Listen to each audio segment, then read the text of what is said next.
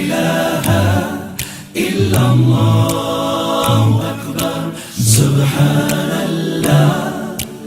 الحمد لله بسم اللہ الرحمن الرحیم۔ حضرت علی رضی اللہ تعالی عنہ سے روایت ہے کہ حضرت فاطمہ رضی اللہ تعالی عنہ نے اپنے ہاتھوں پر نشانات پڑنے کی شکایت کی اور سرکار دو عالم صلی اللہ علیہ وسلم کے پاس خادم کی طلب کے لیے حاضر ہوئیں۔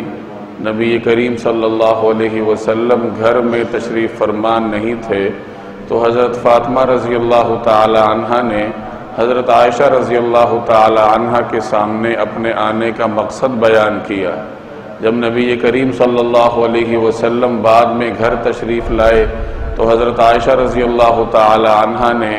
انہیں حضرت فاطمہ رضی اللہ تعالی عنہ کے آنے کی خبر دی۔ اب راوی حدیث یعنی حضرت علی رضی اللہ تعالی عنہ کا بیان ہے کہ ہم گھر میں سونے کے لیے لیٹ چکے تھے کہ نبی کریم صلی اللہ علیہ وسلم ہمارے گھر تشریف لائے۔ میں حضور صلی اللہ علیہ وسلم کو دیکھ کر اٹھنے لگا تو رسول اللہ صلی اللہ علیہ وسلم نے مجھ سے فرمایا کہ اپنی جگہ پہ رہو، اور پھر آپ صلی اللہ علیہ وسلم ہمارے درمیان یعنی حضرت علی اور حضرت فاطمہ رضی اللہ تعالی عنہم کے درمیان تشریف فرما ہوئے، اس طریقے سے کہ حضرت علی فرماتے ہیں کہ میں حضور صلی اللہ علیہ وسلم کے پاؤں کی ٹھنڈک اپنے سینے پر محسوس کر رہا تھا، اور پھر آپ صلی اللہ علیہ وسلم نے فرمایا الا ادلکما علی ما هو خیر لکما من خادم، کیا میں تم دونوں کو ایسی بات نہ بتاؤں جو تم دونوں کے لیے خادم سے بہتر ہو؟ اور پھر آپ صلی اللہ علیہ وسلم نے ارشاد فرمایا کہ جب تم دونوں اپنے بستر پر جاؤ سونے کے لیے تو 33 مرتبہ اللہ اکبر، 33 مرتبہ سبحان اللہ اور 33 مرتبہ الحمدللہ کہہ لیا کرو۔ یہ صحیح بخاری کی روایت ہے۔ مختلف روایات کا مفہوم ہے کہ حضرت فاطمہ رضی اللہ تعالی عنہ جو نبی کریم صلی اللہ علیہ وسلم کی سب سے لاڈلی صاحبزادی تھی، یہ اپنے گھر کا کام کاج خود کیا کرتی تھی، اور چکی پیسنے اور دیگر امور خانہ داری کے انجام دہی کی وجہ سے ان کے ہاتھوں پر نشانات پڑ گئے تھے۔ اب ایک مرتبہ نبی کریم صلی اللہ علیہ وسلم کے پاس کہیں سے خادم آئے جو آپ صلی اللہ علیہ وسلم نے صحابہ کے درمیان تقسیم کرنے تھے، تو حضرت فاطمہ رضی اللہ تعالی عنہ بھی حاضر ہوئی کہ مجھے بھی ایک خادم دے دیا جائے تاکہ وہ میرے کام کر لیا کرے اور میرے کاموں میں آسانی ہو۔ نبی کریم صلی اللہ علیہ وسلم گھر میں نہیں تھے۔ جب بعد میں آپ گھر تشریف لائے اور حضرت عائشہ رضی اللہ تعالی عنہ نے آپ کو بتایا کہ اس طرح حضرت فاطمہ تشریف لائی تھیں خادم کی طلب میں، تو نبی کریم صلی اللہ علیہ وسلم رات کے وقت اپنی صاحبزادی کے گھر تشریف لے گئے، اور وہاں جا کر آپ نے ان دونوں کو یعنی حضرت علی رضی اللہ تعالی عنہ اور حضرت فاطمہ رضی اللہ تعالی عنہ کو یہ نصیحت فرمائی کہ تم دونوں رات کو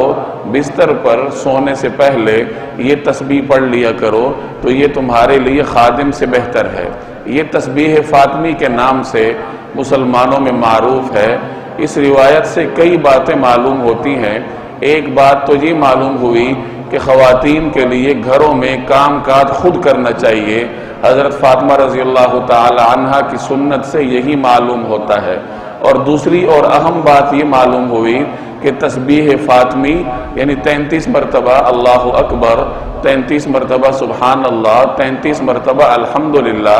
اگر کوئی آدمی رات کو سونے سے پہلے یہ پڑھ لیا کرے تو اسے دو فائدے حاصل ہوں گے۔ ایک تو دن بھر کی تھکان اور تھکن دور ہو جائے گی، اور دوسرا اس کی ورکنگ پاور میں اضافہ ہوگا، کیونکہ حضرت فاطمہ رضی اللہ تعالی عنہ